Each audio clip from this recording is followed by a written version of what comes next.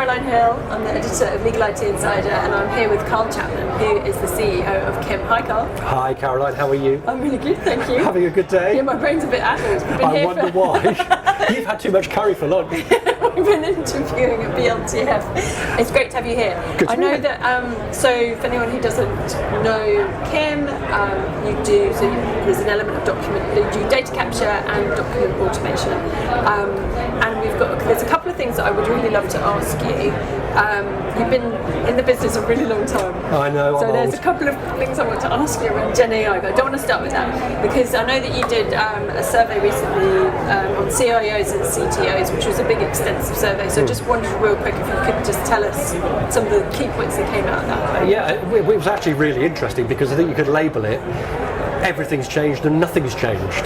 Because what the CTOs were saying to us was, look, we're getting all this pressure from our board, our shareholders, other stakeholders to do all this Gen AI, LLM stuff, but we've got a fundamental problem.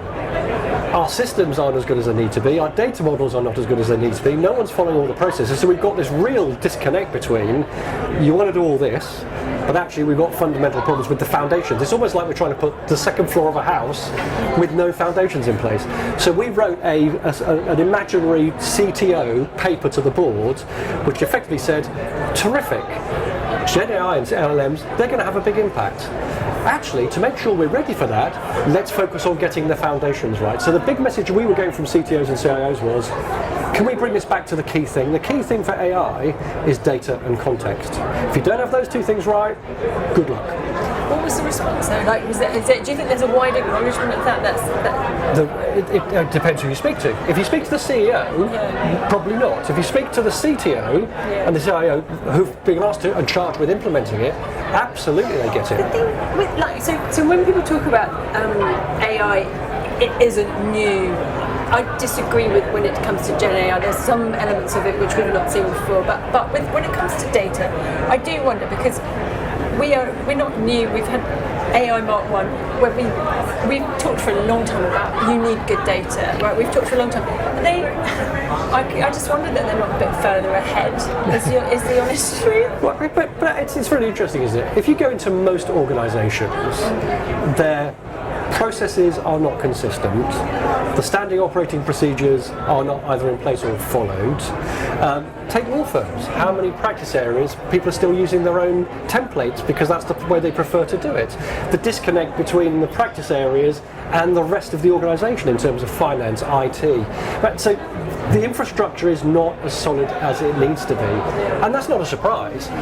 When you then compound it with cost, time, investment, the foundations aren't there for a lot of the stuff that people can do. And by the way, I'm a big fan. I use GPT and everything all the time. But there's a reality. The reality is if you're trying to create a model for your organisation, all roads lead back to data and context. Because you can have as much knowledge as you want. That doesn't give you intelligence. What gives you intelligence is meaning and context. Context is going to be key. But you've got to capture the data first. I do think that now, one good thing that Gen AI has done is galvanise the whole industry, including the executive leadership. And I think that we've seen over the last few years an increasing acknowledgement that technology is key to everything. But in my experience, only with the proper inception of Gen AI has the board been talking about technology as a kind of at the centre of strategy. And I do wonder, I hope, that now the decisions that should have been made will be made more quickly. I think one of the big challenges, though, is that people are very scared of backing the wrong horse. Yeah, true. Right, so they're sitting there uncertain about, well, what should we do? And here's the problem. It's very easy. I mean, everyone's suddenly a Gen AI expert and an LLM expert, and every press release is hallucinating under its own conferences. The bottom line we've got is, actually, it's boring to talk about data. But the data is key. It's the oil that makes it all work, particularly if you give it context. What about starting from scratch? Like if you were a law firm, just literally throwing this off the top of my head. That's one tequila too many. Obviously, you can. I mean, one of the things that seems to me, depending on what it is you're talking about, you need to start somewhere. It feels like firms are so overwhelmed with the big thing that they don't start somewhere. It's almost like, well, okay, fine, deal with that. When you're start now, there's no time like the present. Is that fair? Am I oversimplifying? But But you need to therefore have a no-lose decision. Right, the no-lose decision has got to be picking something which tactically solves real-world problems today, i.e. data capture, document automation, reusing that data to populate other systems. Right, tactically, do we have tools that can actually allow us to do that? By the way, by doing that, I'm future-proofing whatever I'm going to do on generative AI because I need to make sure I've got the right data. I need to make sure I'm generating the right documents in my style and format. Oh, and by the way, that can pre-process to go into an LLM. Oh, and now I've got that in there, I've got context.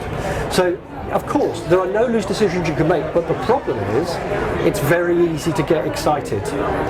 Let's go back to the basics. You would not build a house without putting the foundations in place. I know. You may build a house without putting the foundations in place, but actually I wouldn't want to live in it. Right? So you need the foundations in place, and actually this is where the CTOs have got, and I think a lot of the senior team get it.